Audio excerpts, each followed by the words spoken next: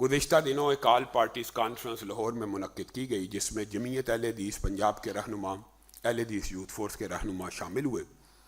और वो जो गुस्ताख हैं, जिनकी गुस्ताखी का जो एविडेंस है वो DNA टेस्ट मौजूद है, उनको सिर्फ इस बुनियाद पे छोड़ दिया गया कि ये जो मोबाइल की सिम है ये इसके नाम नहीं, इसकी माँ के नाम है, और एक को छोड़ दिया इसके नाम नहीं, इसके भाई के नाम है।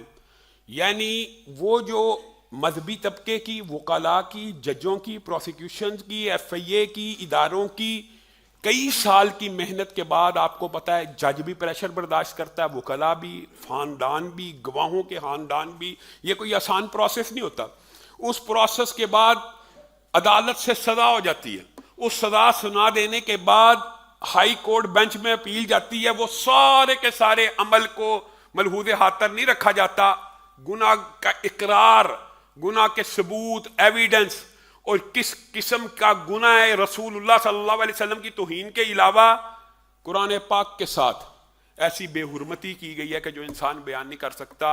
और वो जो स्पेसिमन है उसके अंदर साबित हो गया कि कुरान पाक के ऊपर ये जो गिरी हुई चीज है ये इसी शख्स की है, और वो वीडियो बना के वो उस अमल को रिकॉर्ड भी कर चुका हुआ है, वो वीडियो भी जज के सामने है। फिर भी जज ऐसे गुस्ताखों को छोड़ दे तो ऐसे फैसलों की हमारी नजर में रद्दी की टोकरी की भी हैसियत मौजूद नहीं है।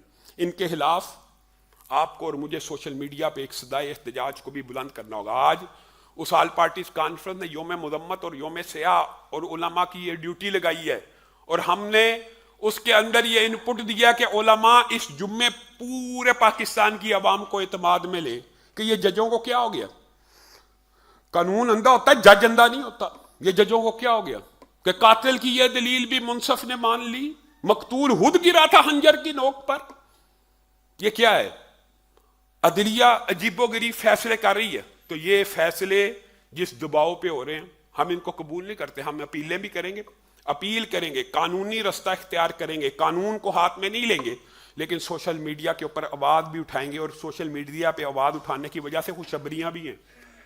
इस केस के बाद 2 और केस भी बड़े बड़े गुस्ताखों के लगे हुए थे, और अल्लाह का शुक्र है वो मुबारक सानी जिसका केस आपको याद है, जस्टिस फाइज ईसा के दौर में जो केस चला था, उसको अल्हम्दुलिल्लाह अदलिया के जज ने गुनाहगार पाके सजा सुना दी है, और एक और बड़े मुल्ज़म को सजा भी हुई है।